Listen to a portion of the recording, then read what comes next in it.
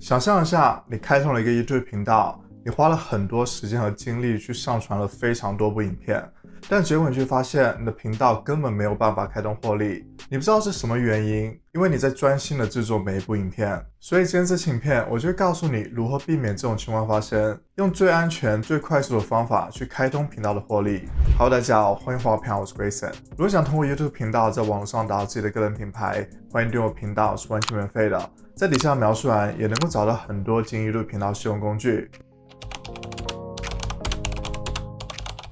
首先我们要知道，如果你的频道想要开通获利去赚取广告收入，你就要加入 YouTube 的合作伙伴计划。而加入这个计划，你需要达到一定的要求。当你频道完全符合这个要求的时候，你的频道就能够顺利开通获利。首先第一点就是你居住的国家或地区已经开通了 YouTube 合作伙伴计划。是的，有很多人都忽略了这一点，你居住的国家或地区一定要开通 YouTube 合作伙伴计划，你才有资格加入 YouTube 合作伙伴计划。有一些国家和地区是没有开通 YouTube 合作伙伴计划的，所以我建议大家可以去查一下你居住的国家和地区是否有开通 YouTube 合作伙伴计划。第二点就是你需要达到18岁以上才有资格开通频道的获利。YouTube 广告费会通过一个叫 Google AdSense 账户打给你，而 Google AdSense 账户需要你达到18岁以上才能够开通。如果你是在18岁以下，就没有办法开通 Google AdSense 账户，也就没有办法得到 YouTube 广告收入。但是大家也别担心，也有解决方法。如果你在18岁以下，你想开通频道的获利，你需要把你的 Google AdSense 账户链接到已经核准的 Google AdSense 账户上，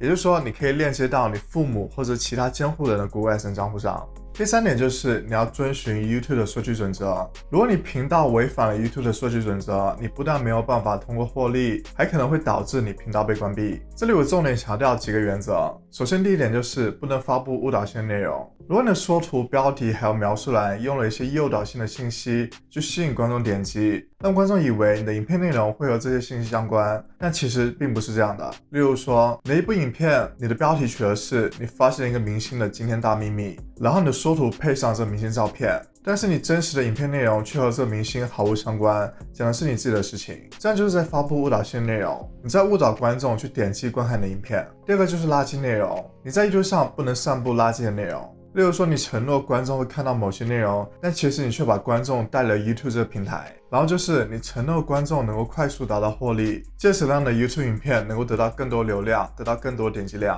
又或者是你将观众带离 YouTube 这个平台，到了一些散布有害软体，或者是企图收集他们个人信息的网站，或者是其他带有负面影响的网站。这就是发布一些利诱性的内容，例如互相点赞、互相订阅，从而增加自己的点赞数、订阅数。第三个就是 YouTube 禁止你不实的互动。YouTube 是禁止通过第三方人为的形式去增加影片的观看量，去增加频道订阅数还有点赞数等等。这就是说，如果你尝试去购买粉丝、去购买观看量，这是完全不行的，这违反了 YouTube 的数据准则。还有一点大家需要注意，如果你通过雇佣其他人去宣传你的频道，对方的一举一动都会影响到你的频道。只要这个行为是违反了 YouTube 的政策，就会影响到你的内容，会导致下架你的内容，导致关闭你的频道。不管是你本人的行为还是对方的行为，都会对你的频道造成影响。第四个需要注意的设计准则就是你不能够使用有问题的外部链接。虽然我们可以在描述栏里面放入很多链接，但是我们一定要注意这些链接是否能够安全，是否能够保证观众的权益。如果你使用了一些有问题的外部链接，影响到了点击的观众，给 YouTube 给观众带来不良影响，那么这种行为就会受到惩罚。我知道有一些创作者会受到厂商的邀请去进行付费的宣传，但是在你们接受之前，一定要确保这厂商的真实性，这个链接的安全性，从而保证你还有你的观众他们的权益。这样真的适用于影片的说明栏、留言、直播，还有 YouTube 的其他产品或者是功能。第四个，在加入 YouTube 合作伙伴计划需要注意的就是儿童内容。儿童内容在 YouTube 上面是非常敏感的内容。如果你的影片内容是有关于儿童的，或者是你的频道就是关于儿童的，你的针对观众就是关于儿童的，那么你的内容一定要积极向上，是要非常正面的。你的影片内容不能够给未成年人传递一些有害的信息，不能够造成他们心理不适，并且你也不能够传播一些误导性的内容。所以任何儿童沾边的频道或者是内容都需要特别重视，格外的小心，因为 YouTube 会审查的非常严格。第五点就是想要加入 YouTube 合作伙伴计划，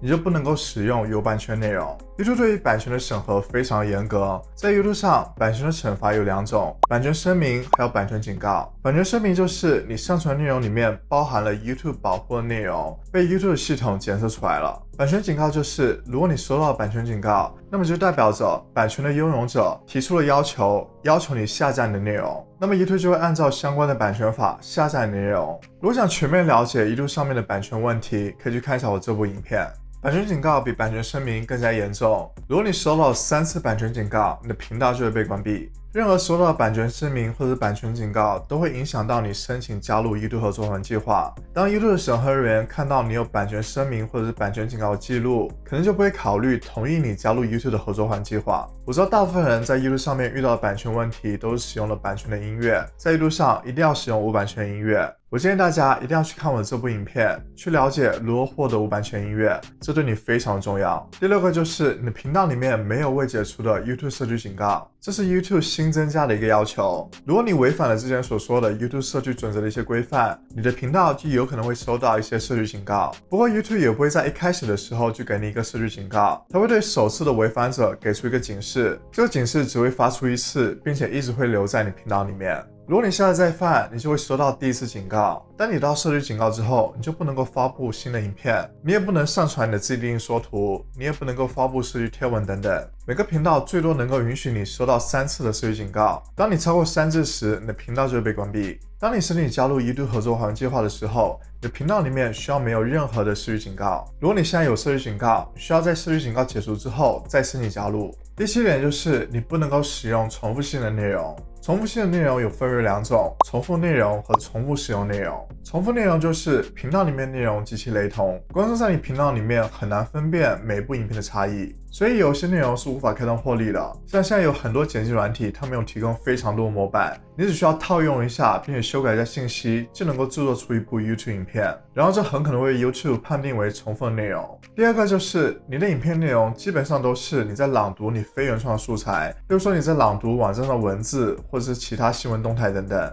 第3个是关于歌曲的，例如说你把一个歌曲进行了调速或者移调，但基本上和原曲没有区别，这会被视为重复的内容。第4个就是相似且重复的内容，或者是内容空洞、没有教育价值的评论或者旁白。第5个就是你的影片内容为文字还有图片，没有加入其他的描述还有评论，这是被判为重复性的内容。但也有些重复内容是可以开通盈利的。首先第一个就是你影片的片头还有片尾是相同的，但是你的主要内容是不同的。第2个就是内容相似，但是你每部影片的讨论点都会有不同，会有差异。第3点就是你把多部内容相似的短片剪辑成了一部影片，并且告诉了观众他们之间的关联性。说完了重复内容，我们再来说一下重复使用内容。重复使用内容就是你在重复的使用他们的创作。对于重复使用内容，在 YouTube 上也有规定哪一些内容不能够开通盈利。首先第1点就是你把你喜欢的节目剪辑成了一部影片，但是没有加入任何的旁白。第2点就是你集齐了其他网站上的短片合集，例如你把抖音的短片集合起来，这也是不行的。第3个不能获利的内容就是你把很多的歌曲集合起来做成一个集锦，这也是不行的。即使对方授权于你，这也是不能够获利的。第4点就是其他创作者重复上传内容。第5点就是宣传其他使用者内容。对于重复使用内容，如果你使用了诙谐或者其他的方式重置了非原创性的内容，你加入自己的特点，加入自己的观点，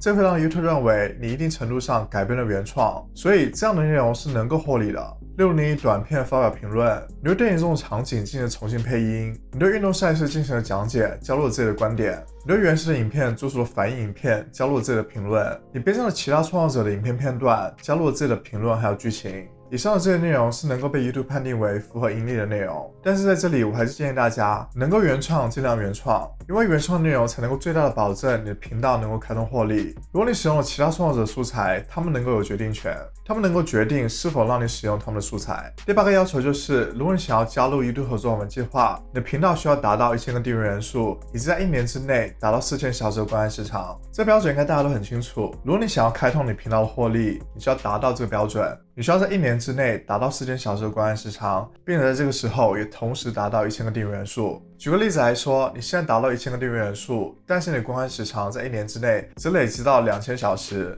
那么你是不符合规定的。又比如说，你在1年之内积累到1000小时观看时长，但是这个时候你的订阅数只有800个，这也是不行的。你需要等你的订阅数达到1000个，你才能够开始申请。这些指标都能够在你 YouTube 后台在创收选项底下能够找到。大家达到这个标准的时间都不太一样，有的人很快，他们1个月就能够达到，而有的人需要3个月到6个月，也有更长的时间才能够达到这个标准。只要你能够保证不断的更新，不断的提高你影片的内容，并且配合上一些影片优化的方法，相信你一定能够很快达到这个标准。大家进 YouTube 频道一定想从中获得一些收入，所以我希望借助这期影片，让你们从一开始就避免犯一些错误。我不希望看到大家在努力进一个 YouTube 频道之后，结果发现这个频道根本没有办法开通获利。如果你想具体知道如何开通获利，整个开通获利流程是怎么样的，可以去看我这期影片。如果你觉得这期影片对你有帮助，欢迎点赞。如果你想了解更多关于 YouTube 内容，欢迎订阅频道。如果想要更多互动，可以关注 IG， 在底下描述栏也能够找到很多进 YouTube 频道使用工具。